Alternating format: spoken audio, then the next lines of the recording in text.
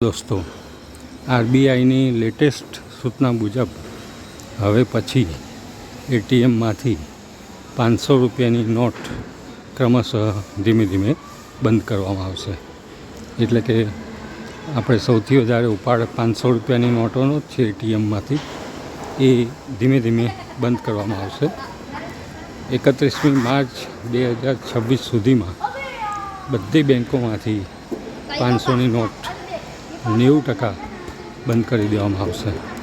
એટલે હવે તમે એટીએમમાં પૈસા ઉપાડવા જશો તો 500ની નોટ તમને ઓછી દેખાશે, ઓછી મળશે, અને 200, 100, 50, 20 એ બધી નોટ વધારે મળશે. એટલે તમારે ગણતરી વધારે કરવી પડશે.